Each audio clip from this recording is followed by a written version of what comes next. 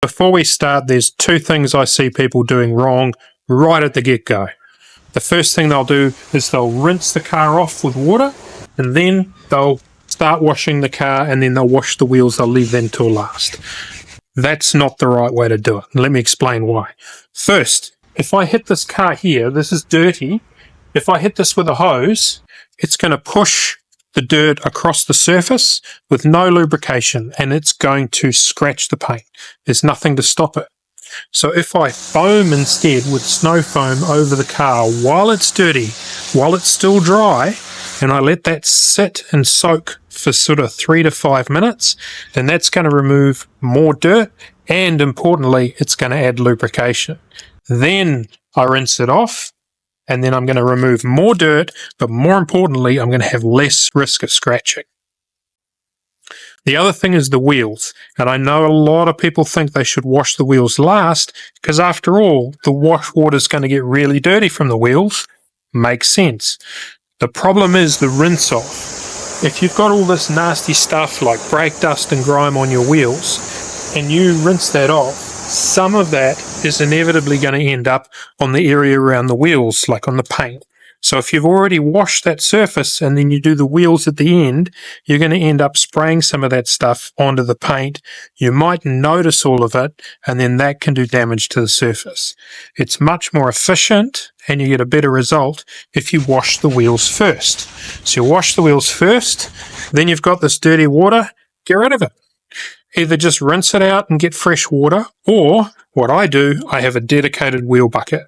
So I have a bucket for my wheels, and I do my wheels, and then I put that to the side, and then I have another bucket, or actually I use 2 buckets for my main wash, and I have separate wash mitts and everything, so there's no worry about the dirty wash water, and then I rinse it out at the end.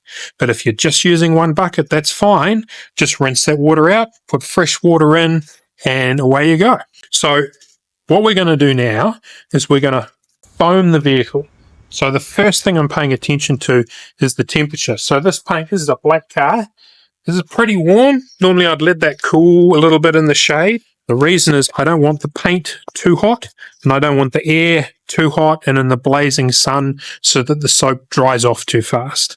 Early in the morning, late in the day, or on an overcast cloudy day is the best time to wash your car. You don't really want to wash it at midday on a hot blazing day when it's like, 30 degrees and sunny.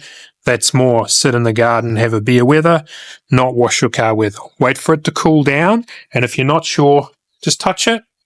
If it's cool to touch, you're okay. Then I'll foam over the vehicle. Now we have a big range of snow foams. My personal opinion is I like a pH neutral snow foam that foams and adds lubrication. Those are the two things I'm looking for. So I want maximum foam, I want maximum lubrication. Personally, at that stage, I'm doing a pre-wash here. I'm not trying to remove everything, but I want to remove the most of the stuff, so when I do a mid-wash, my job's easy.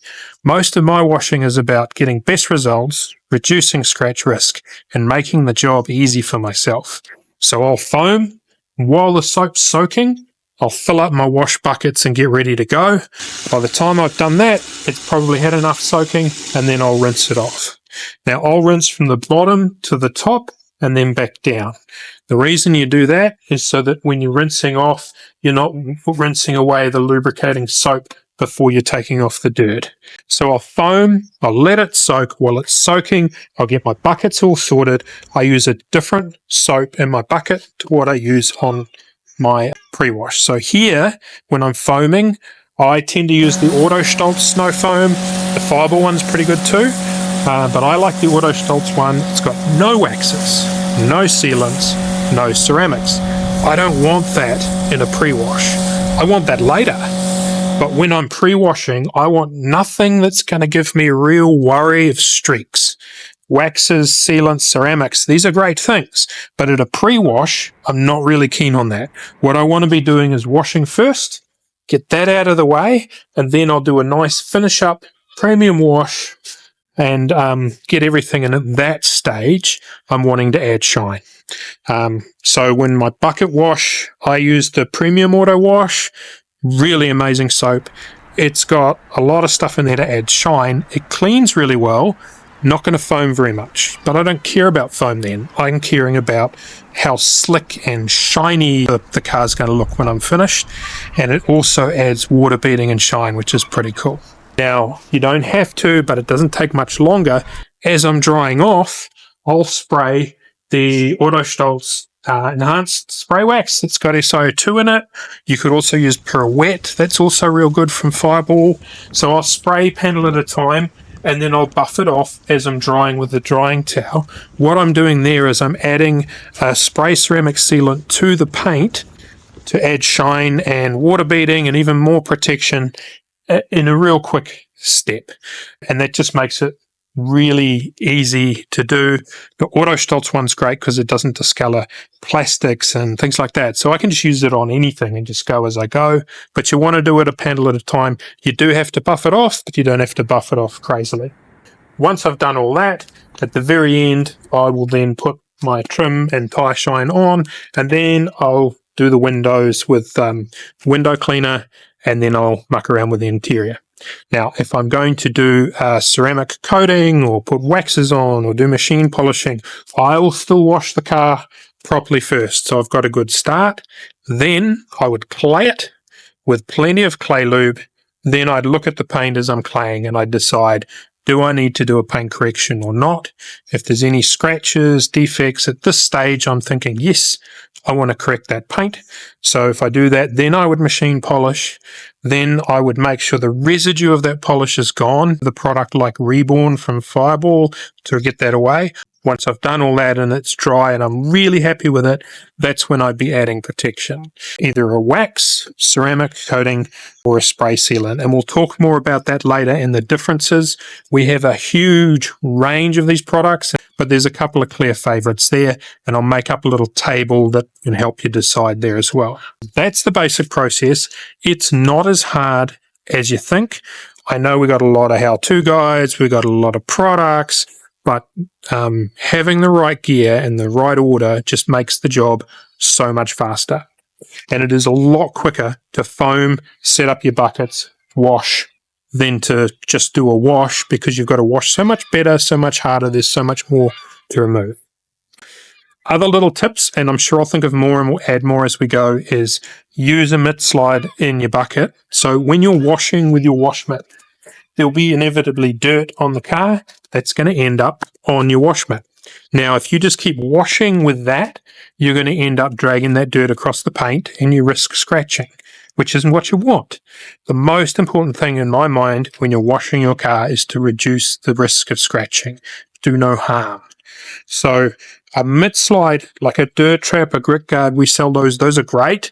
I have them in the bottom of my wheel bucket because I'm not using a wash mitt, but if I'm using a mitt, I use the mitt slide and I run my hand down it to clean it each time, and then I go back and forth.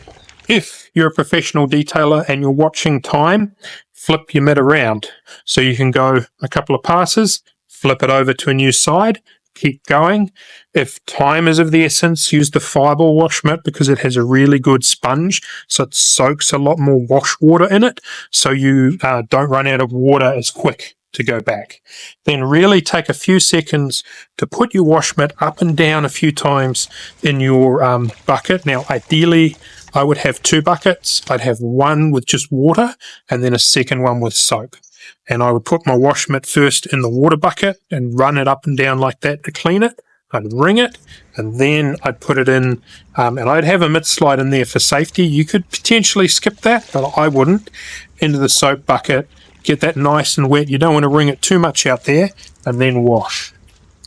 Wash in straight lines. Now, the reason you do that is twofold. One, if it's in a straight line, you've got to be on the right angle to see it. Unless you're on the right angle, you're not going to see a scratch if it's in a straight line. So if you do happen to pick something up and drag it, straight line scratches are harder to see. You got to be on the right angle. The other thing is sometimes on a straight line scratch, you're not sure, is it a scratch or is it just part of the line of the vehicle? When you're washing, if you have a brush or a sponge or anything that is not 70-30 blend microfiber and doesn't have big long dangly bits like that, either throw it away now or give it to someone you hate, because that will scratch your car. Now, first is if they're not telling you that the microfiber is 70-30, then it's not. If it's 70-30 blend, so what happens with microfiber is polyamide is expensive, polyester is cheap. You need polyester to get structure, but you want to have ideally a 70-30 blend as the sweet spot of cleaning well, keeping its form, and not scratching and being very absorbent. Now, 70-30 is expensive because 30% polyamide, 70% polyester. 80% polyester, 20% polyamide, way cheaper to manufacture. 90-10 or 100% polyester, they'll look the same, but they're not going to work the same and they will scratch your car. So unless they're saying it's 70-30, it's not. You know, if it's 70-30 blend, you scream that from the rooftops. So if a wash mitt is not saying very clearly on the package that it's 70-30 blend, don't trust it. Give it to someone you hate. Chuck it in the bin. The other thing with the wash mitts is it's not just about how good they clean, it's also about how good you can clean them. So some of the wash mitts, even some of the ones we have, like those reefy style ones, they will grab the dirt really well. The problem is cleaning the dirt off them because they grab them so well is really hard. So that can make it hard because you can really scrub it through the mitt slide, but sometimes they really grab on. Whereas I personally like the fireball wash mitts and wash pads. They've a 70-30 blend and nice long weave, but it was a lot easier to clean. So you can clean the dirt and stuff off, so much less chance of scratching. The same thing applies with your drying towel. You want 70-30 blend and you want long weaves. Now, a lot of drying towels will say that the towel won't scratch your car, and that's great. The risk isn't just the towel, the risk is the dirt or grit. Now, I know you just washed it and it looks clean, but the thing is, there's still dirt in the air, there's still something you missed. You want to make sure that when you're wiping across it, that there's somewhere for those things to go that isn't just dragging it across the surface. A good way to imagine this is to think of a varnished table, so a polished, varnished table, sprinkle some bits of sand across it, and then taking something flat like a book, slapping it on it, and then moving it. It'll scratch. That's what happens when you use something flat. So again, if you've got something flat or that doesn't have big long pile on it, the worst I could think of is a drying blade followed closely by a chamois. If you have those, again, throw them away, give them to someone you hate. Don't use them on your car if you don't want to scratch your car, because they will scratch. If there's a bit of dirt or grit or anything on your car, it will have nowhere to go but down and into your paint and dragged across the surface. Don't do that. Don't do that to your car. Have something my favorite is the Rock Car Performer towel. It is our top selling towel and there's good reason for it. It's really absorbent and it's huge and it's a great towel. But the thing I like about it is the strands are really long. So it's the lowest risk towel we have, and it's the lowest risk towel that I've found. We're always looking for new products, but I think that's the best drying towel. I really like it. And we have other towels that might look or feel softer, but that Performer towel from Rock Car is the go. So that's your lowest scratch risk towel. Now, drying, you can dry with a dryer or a blower, but the main risk is water spotting and dulling of paint. So if you're using something to dry and to blow off water off your car, some of that water is going to be blown off, but some of it is going to evaporate and leave behind the minerals that were in the water. And that over time will build up and that will make your paint look duller. So I personally don't like to use an air dryer on my car. There are areas where I would think it's probably quite handy if you have water constantly running out of the mirrors, for example, and things like that. That can be quite handy for those sort of areas. But overall, I find your best result is just to have a drying towel, but a very good drying towel. If a chemical is so aggressive that you can spray it over the car, hose it off, and everything comes off perfectly, and you don't have to touch it at all, danger. What is it doing to your paint? They exist, and as importer, we get emailed all the time by these manufacturers wanting us to sell their products, and they all have great videos. You'll foam over, and you'll see it on social media. They'll foam over it and they'll rinse it off and it'll look brand new. Well, if it's doing that, there's either two things. Either it's a complete fake video, and those are out there, or it's very strong acid or very strong alkaline, and that will damage your paint over time.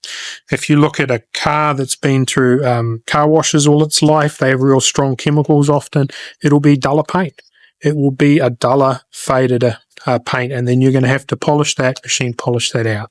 So you're much better to use pH neutral soaps and gentler, higher end soaps.